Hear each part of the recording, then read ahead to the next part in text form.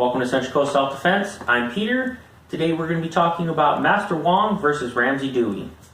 If anybody has been watching on the YouTube, they've been going back and forth a little bit. They had a couple of videos where Ramsey Dewey, he critiqued some videos that Master Wong did regarding a rear naked choke. In the videos Master Wong posted, there were several of them. The rear naked choke was not being applied correctly, and he was showing escapes, basically striking his way out various ways. Ramsey Dewey, he did a video critiquing it, showing how the choke was not being applied correctly, how there was lots of space, the hand was on top of the head. So he just pointed out a few distinct flaws that was being done when the choke was being applied. Master Wong did another response video against Ramsey Dewey in a very disrespectful manner, saying that he didn't understand what he was doing and was showing about how tucking the chin is something he would do for the street. It's not the BJJ competition. And then Ramsey Dewey did another follow-up video, again critiquing about tucking the chin. You could still choke the chin, you can still do other techniques, for neck cranks and stuff like that, and that tucking the chin isn't the only thing to do to get out of the rear naked choke. So my thoughts on this is that everything Ramsey Dewey said was correct as far as what Master Wong was showing and the things he was saying. Some of it was good advice, but what I did want to focus on was how tucking the chin is good. In the video Master Wong did as a reply to Ramsey Dewey, he was showing how tucking the chin makes it more difficult to apply the rear naked choke. And he was saying that if you tuck the chin, you can't apply the rear naked choke. And that's what prompted the follow-up video by Ramsey Dewey, showing that yes, you can still choke the chin even if you're standing. What I wanted to show was what I think Master Wong was getting at, even though he didn't state that, even though he didn't show it.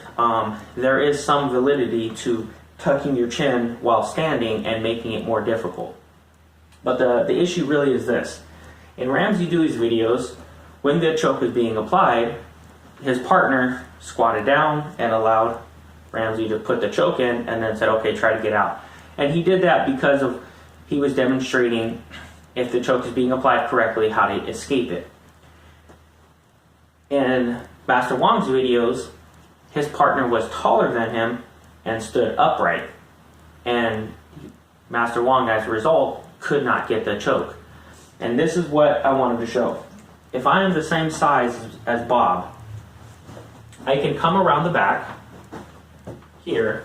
I can snake my hand in, get deep in here, then slide my other arm up, come around, and apply the choke. And that's pretty simple to do. Now, tucking the chin makes it a tad bit more difficult, not much, because then I have to go around his whole face rather than just here, which means my arms need to be a little bit longer, or he needs to be a little bit lower. What I have always recommended was not to just tuck your chin, but to raise your shoulders. If you know the arm is coming this side, you tuck your chin, you raise your shoulder, and you start turning. And you're turning basically to face the opponent. That helps because there's a lot of escapes. So if he was coming this way, you raise your shoulder, tuck your chin, and this shoulder drops as you step behind and come here to set up either a takedown, a sacrifice fall, or various techniques to try to get out of that. Depending on if they give space, you could possibly get a wrist lock, Kimura. There's all kinds of other techniques if they happen to give you the space, if they happen to mess up the hold. And so there's other techniques to get out of it. But basically, with tucking the chin and raising your shoulder like this, what it's doing is it's adding some height to your shoulder. Okay, because here I can apply it pretty simple because Bob is about the same height as me right now. When I raise my shoulder and tuck my chin, it adds almost 6 inches coming up. And if the person were to try to get that arm in there to choke me, they then have to reach about 6 inches higher and to do it. Now, if I were to, Bob can't raise his shoulder, but if I raise Bob up 6 inches, like this, and now he's about 6 inches taller, you're going to see it's much more difficult to do that same choke. So if I come in, snake my arm through, this is about as deep as I can go. So now I can't do this grip here, it just doesn't work. Yeah, I can make adjustments and change it to something like this, and have to change it to this grip or do something else. And yes, there are adjustments I can make, but it makes the choke much more difficult to do. It doesn't allow you the same.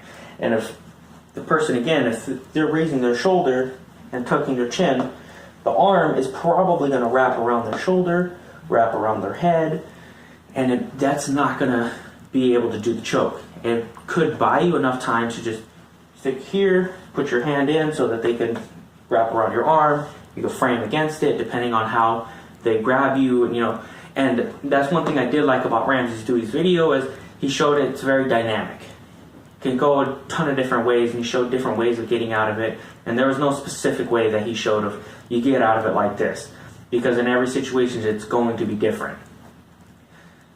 So in the back and forth of who won, who had the better ideas, the better logic, I would give it to Ramsey Dewey, that he was much more respectful, humble, and knowledgeable. However, I did want to point out that one thing, that tucking the chin is great advice, but it's not a way to escape, and it's not going to make you invincible where you just stand there and start striking your way out of it and doing all this other stuff and grabbing or growing. It's not going to make you invincible like that. You're gonna get choked out. If they're applying it correctly, they're not only going to be holding this, they're going to be breaking your posture, bringing you down.